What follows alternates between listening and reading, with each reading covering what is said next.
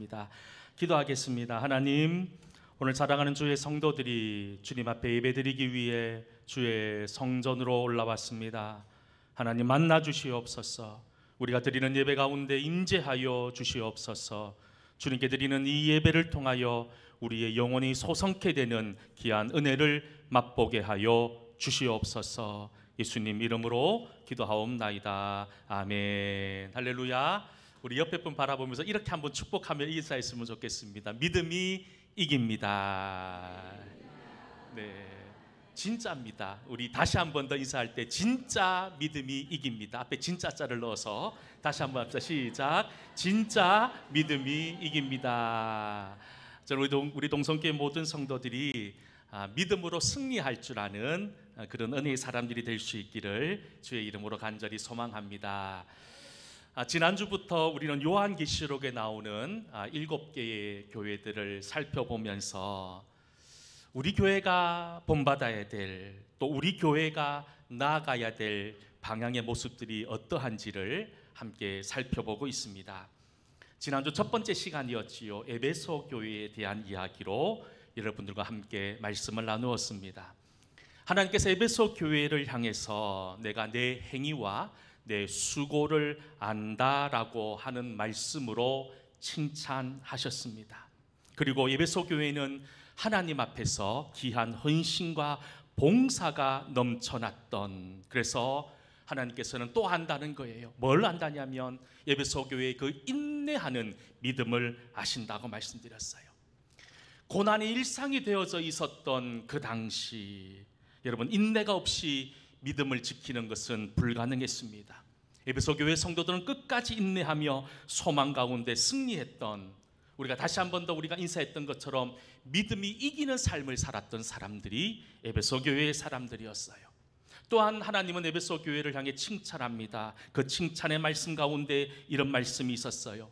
에베소 교회 안에 있는 악한 자들을 용납하지 않았고 니고라당과 같은 거짓 사도들을 따르지 않은 것에 대한 칭찬의 말씀을 주셨습니다. 이런 여러 가지 상황들을 보면 첫 번째 지난주 살펴봤던 에베소 교회는 참 본받을 것이 많고 우리의 롤 모델로 삼기에 조금도 부족하지 않은 그런 교회였다는 거예요.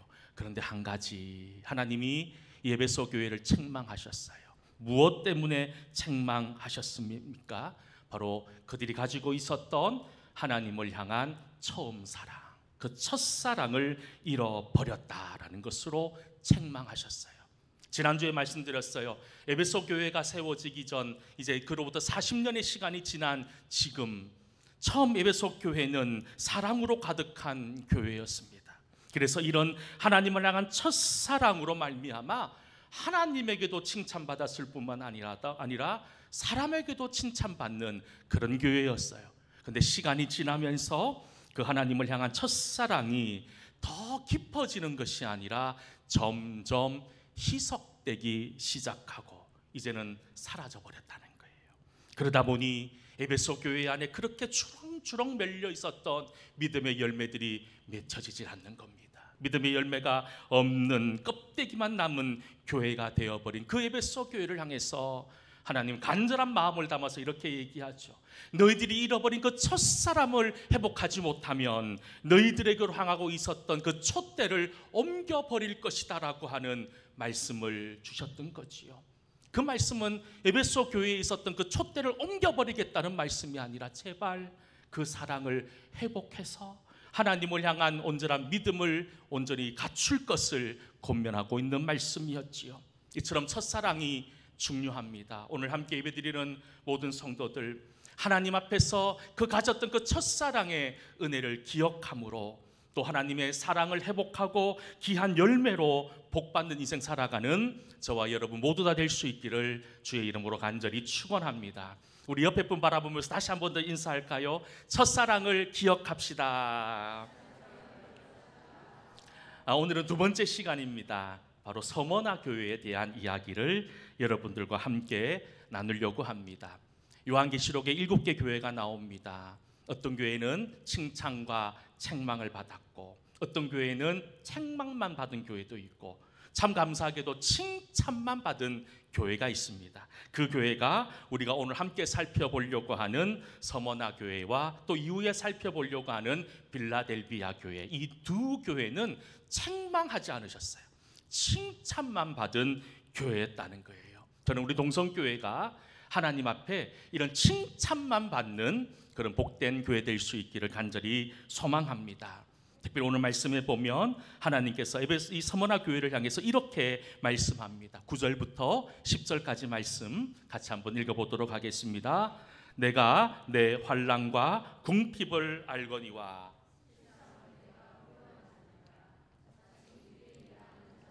비방도 알거니와 실상은 유대인이 아니요 사탄의 회당이라. 너는 장차 받을 고난을 두려워하지 말라. 볼지어다 마귀가 장차 너희 가운데서 몇 사람을 옥에 던져 시험을 받게 하리니 너희가 10일 동안 환난을 받으리라. 내가 죽도록 충성하라. 그리하면 내가 생명의 관을 내게 주리라. 아멘. 서머나 교회는 칭찬만 받았습니다. 그 교회에 부족함이 없었고, 그 교회에 어려움이 없었고, 고난이 없었고, 시련이 없었고, 여러분 아무 인생에 문제가 없어서 그들의 믿음을 지키고 칭찬받은 게 아니었다는 거예요. 여러분 그들에게도 고난이 있었습니다. 말할 수 없는 핍박이 있었습니다. 쓰러질 때도 있었고 넘어질 때도 있었고 하나님 말씀과 상관없는 죄악의 길에 서 있었을 때도 있었다는 거예요. 그런데 그 자리에 머물러 있지 않고 다시 하나님께로 돌아갔던 교회였어요. 하나님께로 돌아가기 위해 몸부림쳤던 교회였다는 거예요. 우리도 넘어집니다. 우리도 때때로 시험에 들 때도 있고 때때로 제약의 길에 서 있을 수도 있습니다. 하지만 그것이 중요한 것이 아니라 그 이후의 모습이 중요하지 않을까요? 비록 우리가 죄악 가운데 넘어질 수 있고 고난과 시련 가운데 아파할 수 있지만 다시 시작할 수 있어야 된다는 거예요. 천국을 향한 믿음을 향해서 다시 일어날 수 있는 믿음. 어떻게 보면 우리가 살아가는 이 세상에 끊임없이 이어지고 있는 영적 전쟁이 다시 일어남의 전쟁이 아닐까요? 다시 우리가 주님 말씀으로 나아가야 되는 치열한 전쟁의 연속이라는 거예요. 특별히 오늘 말씀 가운데 서머나 교회를 향해서 9절에 내가 내 환난과 궁핍을 안다라고 말씀합니다. 성경에 보면 하나님과 우리 인간의 관계를 가장 친밀하게 표현하고 있는 단어가 안다라는 거예요. 히브리어로 아다라고 하는 말을 씁니다. 이 아다, 내가 너를 안다는 거예요. 이 아다라고 하는 표현은 그저 단순히 머리로 지식으로 안다는 이야기가 아닙니다. 내가 너를 뼛속 깊은 곳까지 마음으로 심장으로 내가 너를 안다라고 할 때 이 아다라고 하는 단어를 사용하시더라는 거예요. 그런데 성경에 이 아다라고 하는, 이 안다라고 하는 뜻을 가진 단어를 찾아보기란 그렇게 쉽지 않다는 거예요. 남발하지 않는다는 거예요. 언제 이 아다, 안다는 말씀을 사용합니까? 고난 가운데 인내하는 성도들을 향해서 어떤 인생의 고난과 시련과 아픔이 있다 하더라도 바르게 살기 위해, 믿음으로 살기 위해 애쓰는 모습을 보고 하나님 내가 너를 기억하고 안다라고 하는 말씀으로 우리에게 위로와 새로운 힘을 주신다는 거예요. 저를 포함한 우리 모든 성도들은 언젠가 주님 앞에 서게 됩니다. 바로 심판대 앞에 서게 되지요. 그때 하나님께서 말씀하실 거예요. 내가 너를 안다라고 말입니다. 그렇다면 그때 하나님이 여러분들의 무엇을 알기를 원하십니까? 여러분, 하나님과 상관없는 내 마음대로, 내 기분대로, 내 욕심대로 살았던 나의 모습을 하나님 아신다면, 늘 불평과 원망으로 얼룩진 인생을 살았던 그런 인생을 하나님이 아신다라고 말씀하신다면 얼마나 부끄럽고 얼마나 창피할까요? 저는 우리 성도들이 주님 앞에 만났을 때 내가 너를 안다라고 하는 그 말씀 뒤에 내가 어떤 상황 가운데 있더라도 말씀대로 살기 위해 몸부림쳤던 너의 그 눈물로 가득했던 너의 믿음의 모습을 안다라고 하는 말씀을 들을 수 있기를 축복합니다. 어떤 상황, 어떤 형편 가운데 있더라도 하나님 말씀대로 살기 위해 치열하게 몸부림치며 살았던 너의 모습을 기억하고 안다라고 하는 소리를 들을 줄 아는 은혜의 성도들이 될 수 있기를 간절히 소망합니다. 지금 하나님께서 서머나 교회 그 성도들을 향해서 안다라고 말씀하셨어요. 무엇을 안다고 말씀하셨어요? 오늘 말씀에 보면 환난과 고난을 안다라고 말씀합니다. 성경에 여러 번 나오는 이 고난의 말의 의미가 무엇인 줄 아십니까? 헬라어로 고난이라고 하는 말은 무거운 물건 밑에 눌려서 부서진 상태를 고난이라고 얘기합니다. 우리 위에 수십 톤 되는 돌이나 어떤 물건이 우리를 짓눌러서 가루가 되어져 버린 상태, 그것을 성경 히브리어로 여러분 헬라어로 이 고난이라고 하는 단어를 사용한다는 거예요. 주님께서 서머나 교회를 향해서 너희 고난과 환난을 안다는 거예요. 지금 서머나 교회 성도들은 말할 수 없는 아픔과 고난으로 아마 가루가 되어져 버렸는 모양입니다. 정말로 부서져 버린 모양입니다. 여러분, 우리가 지난주 살펴봤던 에베소 교회는 아시아에서 가장 큰 도시에 있었던 교회입니다. 그런데 오늘 우리가 살펴보려고 하는 이 서머나 교회는 아시아에서 가장 아름다운 항구 도시로 알려져 있었던 거예요. 그러다 보니 이 서머나 지역에는 로마의 고위 관리들이라든지 은퇴한 어떤 공무원들이라든지 돈 많은 사람들이 찾는 최고급 휴양지였다는 거예요. 화려한 로마의 건물들로 가득했고 황제 숭배를 위한 신전들로 가득 차 있었던 그런 로마의 아주 중요한 지역 가운데 하나였던 거예요. 당시 로마는 다른 신들을 인정하지 않았습니다. 오직 로마의 황제 시저만을 황제로 인정했습니다. 그리고 모든 로마 사람들과 로마의 식민지 국민들은 1년에 한 번 이 황제 숭배를 하는 신전에 가서 시저는 나의 주님이십니다 라고 고백해야만 했습니다.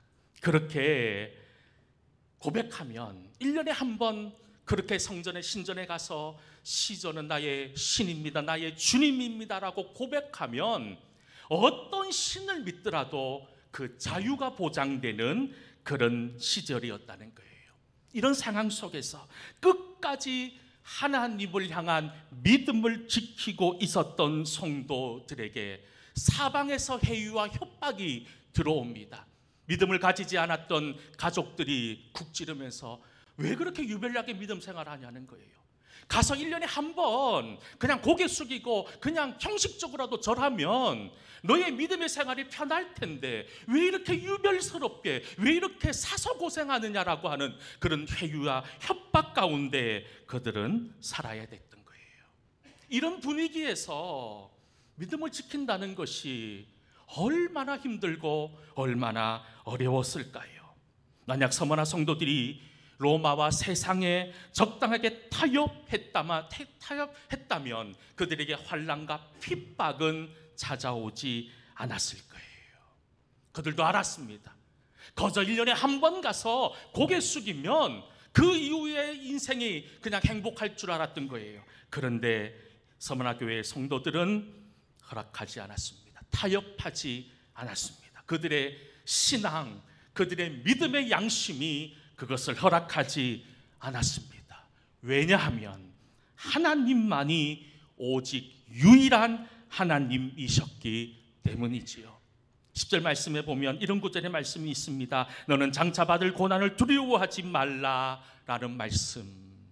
사실 이 서머나 교회에는 우리에게는 조금 낯선 이름이기도 하지만 사도 요한의 제자였던 폴리캅이라고 하는 이 서머나 교회의 지도자가 한 분 있었다고 합니다. 이분이 86살 때 예수님을 믿는다는 이유로 로마에 잡혀서 사형을 당하게 됐다는 거예요. 그런데 이 폴리캅이라고 하는 분이 신앙과 이 세상 사람들에게 너무나 존경받는 그런 사람이었던 모양입니다. 그래서 이 사람을 어떻게든 좀 살리고 싶어서 그 당시 로마의 총독이 폴리캅에게 찾아가서 이렇게 얘기합니다. 형식적으로도 괜찮으니 고개만 한번 숙이십시오. 그러면 죽지 않습니다. 그러면 살 수 있습니다. 그렇게 해유를 했다는 거예요. 그 얘기를 들었던 86살, 이제 내일이면 죽을 그 나이에 있는 그 폴리캅이 이렇게 이야기했다고 합니다. 나는 86년간 예수님을 섬겨왔는데 그분은 단 한 번도 내게 해를 끼친 일이 없습니다. 그런데 내가 어찌 예수님을 부인할 수 있습니까? 그렇게 고백하고 순교의 그런 면류관을 받아들였다는 거예요.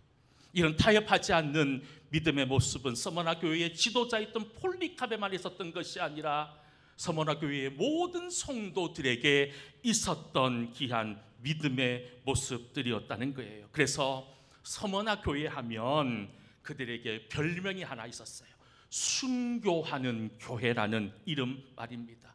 역사적으로 보더라도 초대교회의 순교자들 중에서 절반이 가까운 사람의 순교자가 이 서머나 교회에서 나왔다고 성경 역사는 우리에게 말씀합니다. 그리고 로마의 핍박이 극심했던 10년이라는 시간 동안 서머나 교회에 수만 명의 순교자가 나왔다고 교회의 역사는 우리에게 전하고 있습니다. 우리 한국교회도 마찬가지라는 거예요. 우리 대한민국, 우리 한국교회도 순교의 피가 흐르는 교회임을 여러분 잊어서는 안 되는 거예요. 우리 교회가, 우리 한국교회가 이처럼 부흥하고 성장할 수 있었던 이유는 우연히 일어난 것이 아니라는 거예요. 그저 여러분 저절로 이루어진 것이 아니라는 거예요. 수많은 믿음의 선진들의 피로 세워진 교회가 우리 한국교회라는 거예요. 복음이 처음 전해진 조선시대 말부터 일제 그런 강점기 그리고 한국전쟁과 이념 갈등으로 인해서 한국교회는 정말로 수만 명의 순교의 피가 가득 넘쳤습니다. 그리고 이 순교의 피로 말미암아 그 피가 열매 맺고 꽃 피운 채 우리가 지금 이렇게 믿음 생활하고 있다는 거예요. 다시 한 번 더 내 마음 속에 나에게도 이 순교의 피가 흐르고 있는 믿음의 사람임을 기억하며 주님 말씀 가운데 흔들리지 않는 은혜의 사람들이 될 수 있기를 다시 한 번 더 간절히 소망합니다. 우리는 가끔 기복주의를 비난합니다. 사모니즘이라든지 이런 사람들 기복주의를 우리는 비난하고 욕합니다. 그런데 여러분 정말 기복주의가 욕들을 이야기입니까? 복 비는 것은 절대로 잘못된 것이 아니라는 거예요. 하나님도 우리 성도들 여러분 한 분 한 분에게 어떻게든 복 주시기 원하시는 분이 우리 하나님이라는 거예요. 그런데 왜 기복주의가 문제가 되느냐면 고난 없이 축복만을 받을 생각을 하기 때문이에요. 아무런 고난과 시련 없이 복만 받으려고 하니 그것이 하나님의 복과 상관없는 엉뚱한 것으로 나아가 버리고 있지는 않느냐는 거예요. 여러분 어떤 누가 복 받는 거 싫어합니까? 또 그런데 여러분 모든 사람은 복 받기를 원하지만 반대로 나에게 고난이 찾아오고 시련이 찾아오면 이것이 싫어요. 이것이 좀 없었으면 좋겠어요. 아무 문제 없는 그냥 평탄한 삶을 살고 싶어하는 것이 우리네 인생 아닙니까? 그래서 가끔 우리는 기도합니다. 내 인생에 어려움이 있을 때 하나님 빨리 제발 좀 빨리 이것 좀 없어지게 해주십시오. 사라지게 해주십시오. 우리가 그렇게 기도할 때가 얼마나 많이 있습니까? 오늘 이 자리에 나온 여러분들 중에서도 인생에 말할 수 없는 시련과 고난 앞에 있는 분들이 있으실 거예요. 그렇다면 그 고난을 그저 외면하고 회피하는 인생들이 아니라 하나님께서 왜 나에게 이런 고난을 주셨는지, 여러분 이 고난을 주신 이유는 여러분들에게 하나님 복 주시기 위함이라는 사실을 잊지 않기를 간절히 소망합니다. 그러니 여러분 고난도 뭐가 된다고요? 복이라는 거예요. 복이라는 거예요. 거저 아무 인생에 문제 없는 것이 복이 아니라 오히려 하나님을 만날 수 있고 하나님의 은혜를 깨달을 수 있는 이 고난의 시간이 우리에게 복임을 다시 한 번 더 깊이 깨달을 수 있는 그런 믿음의 사람들이 될 수 있기를, 그래서 고난 앞에 감사의 기도를 드릴 줄 아는 그런 믿음의 용사들이 될 수 있기를 간절히 소망합니다. 그리고 계속해서 하나님 서머나 교회를 기억하고 있다고 말씀하고 있어요. 9절 말씀 다시 한번 읽어볼까요? 내가 내 환난과 궁핍을 알거니와 실상은 내가 부유한 자니라. 알거니와 유대인이 아니요 사탄의 회당이라. 말씀 9절에 보면 내가 내 환난과 또 무엇을 아신다고요? 궁핍. 서머나 교회는 어떻게든 믿음을 지키려고 했어요. 어떻게든 말씀대로 살려고 했습니다. 그러니 자연스럽게 따라오는 것이 무엇일까요? 경제적인 어려움이 찾아오기 시작하더라는 거예요. 앞에서도 말씀드렸죠. 서머나는 매우 화려한 항구 도시였어요. 돈 많은 관광객들이 여러분 돈을 그냥 뿌리며 지냈던 곳이 이 서머나는 곳이었어요.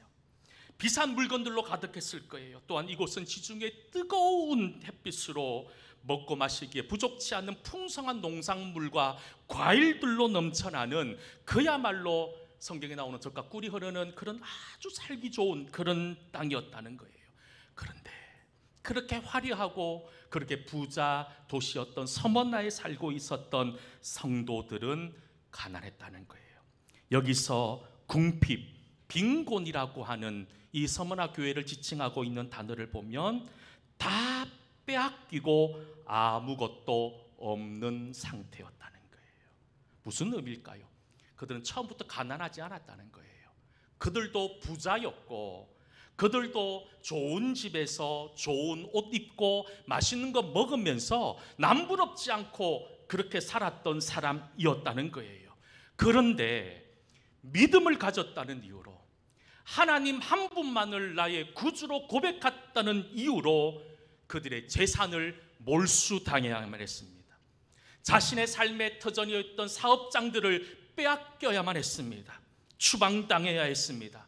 그리고 지금 그들은 말할 수 없는 가난 가운데 직면하고 있었던, 그래서 지금 한 끼의 밥을 고민해야 되는 그 배고픔에 그 어려움이 있었다는 거예요. 그러니 여러분, 한 끼에 먹을 식사도 제대로 구할 수 없는 그들에게 무슨 미래가 예상될 수 있습니까? 어떤 것을 기대할 수 있었을까요? 어른들이야 어떻게든 참을 수 있었을 거예요. 배고픈 배를 물 한 모금 마시면서 여러분 그렇게 버틸 수 있었겠지만, 아이들의 배고픔의 울음소리를 들었던 부모의 심정들은 어떠했겠냔 말입니다. 피눈물이 나는 상황이었어요. 그 상황 가운데 그들이 무엇을 생각했을까요?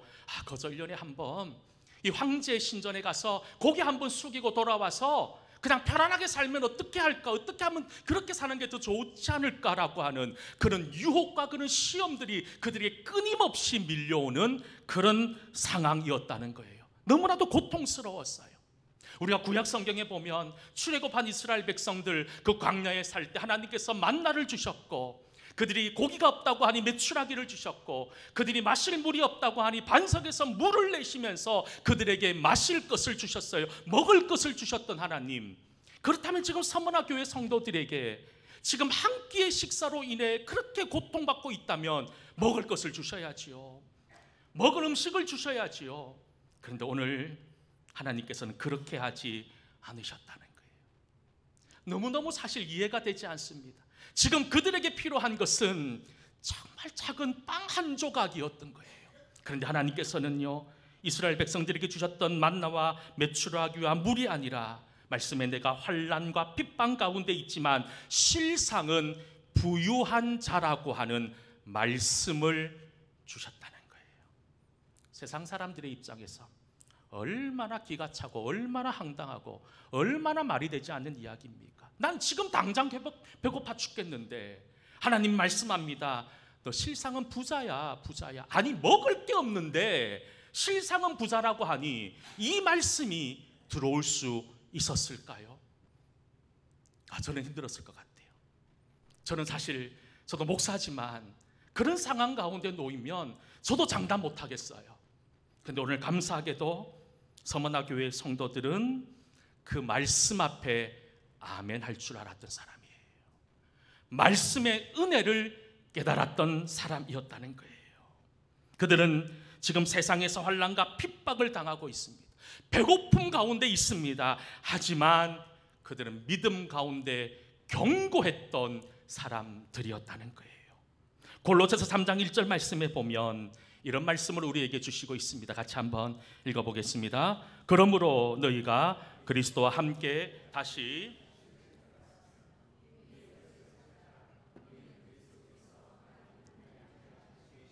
위의 것을 생각하고 땅의 것을 생각하지 말라. 계속 나오는 말씀인데요. 위의 것을 생각하고 땅의 것을 생각하지 말라. 여러분들은 지금 어떤 것을 생각합니까? 안타깝게도 많은 성도들이 위의 것이 아닌 땅의 것을 생각합니다. 정말 땅의 것에게만 소망을 두고 살고 있지는 않습니까? 믿음의 사람이란, 은혜의 사람이란 땅의 것이 아닌 위의 것을 바라볼 줄 아는 사람이라는 거예요. 그런데 사실 지금 하나님께서 이스라엘 이 서머나 사람들이 배고픔에 있음에서 너는 실상 부자라고 하는 말씀을 주셨는데 그 말씀보다 더 이해가 되지 않는 말씀이 10절에 나오고 있습니다. 우리 10절 말씀 같이 한번 읽어보겠습니다. 시작. 너는 장차 받을 고난을 두려워하지 말라. 볼지어다 마귀가 장차 너희가 10일 동안 환난을 받으리라. 내가 죽도록 충성하라. 그리하면 내가 생명의 관을 내게 주리라. 하나님 뭐라고 말씀합니까? 배고파 허덕이고 있는 사람들에게 내가 실상은 부유한 자니 믿음으로 살아가라는 거예요. 그렇다면 이후의 삶을 하나님 좀 보장이라도 해주셔야지요. 이제 이 고난이 편해서 핑크빛 같은 꽃길을 주시겠다고 약속이라도 해주셔야지요. 근데 10절에 뭐라고 얘기합니까? 너는 장차 받을 고난을 두려워하지 말라. 이 고난이 끝나지 않았다는 거예요. 장차 더 큰 고난이 몰려온다는 거예요. 그리고 그 말씀 가운데 몇 사람은 옥에 던져 시험을 받게 하리니 너희가 10일 동안 환난을 받을 것이라는 거예요. 아니 이제 멈춰 주셔야지요. 이제 이 모든 환난을 멈춰 주시고 우리에게 이 세상 사람처럼 좀 행복하게 살 수 있는 모든 상황과 역경들을 만들어 주셔야지요. 그게 우리가 알고 있는 하나님 아닙니까? 우리를 사랑하신다면서요. 근데 하나님 오히려 핑크빛의 소망을 기대했던 그들에게 더 큰 어려운 숙제를 던져 주셨다는 거예요. 얼마나 더 힘들었을까요? 미래가 보이지 않습니다. 소망이 보이지 않아요. 하지만 골로새서 3장 1절에 그들의 마음이 어디에 머물러 있었다고요?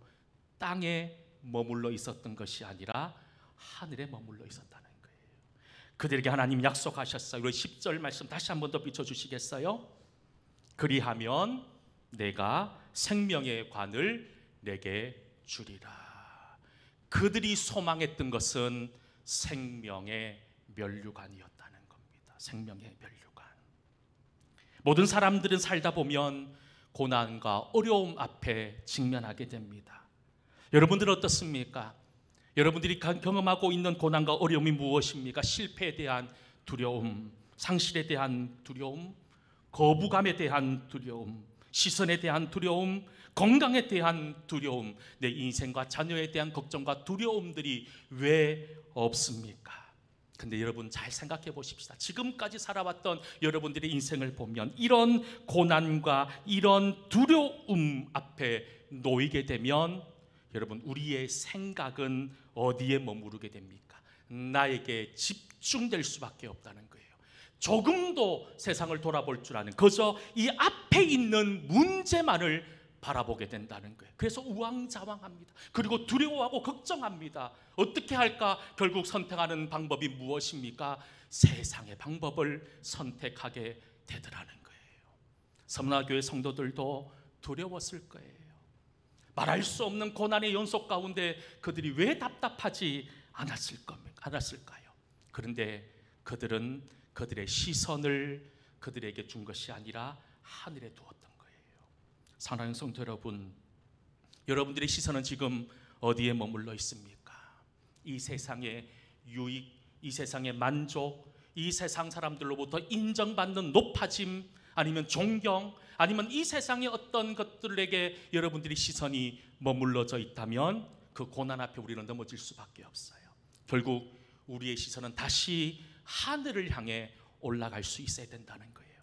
하나님이 이 서머나 교회를 칭찬하는 것, 그들의 시선이 하늘을 향하고 있었기 때문에, 그 하늘을 향하는 그 시선 때문에 이 세상의 고난과 시련과 그 모든 배고픔의 문제를 이겨낼 수 있었던 것처럼, 사실 잘하기 힘들지만 어렵지만 다시 한 번 더 우리 함께 예배드리는 우리 모든 성도들의 시선이 하늘에 머물러 있는 귀한 은혜가 있기를 주의 이름으로 간절히 축원합니다. 기도하겠습니다. 은혜로우신 하나님, 우리 모든 성도들 환난과 궁핍함 속에서도 하늘을 바라볼 줄 아는 은혜의 사람, 믿음의 사람 되게 하여 주시옵소서. 예수님 이름으로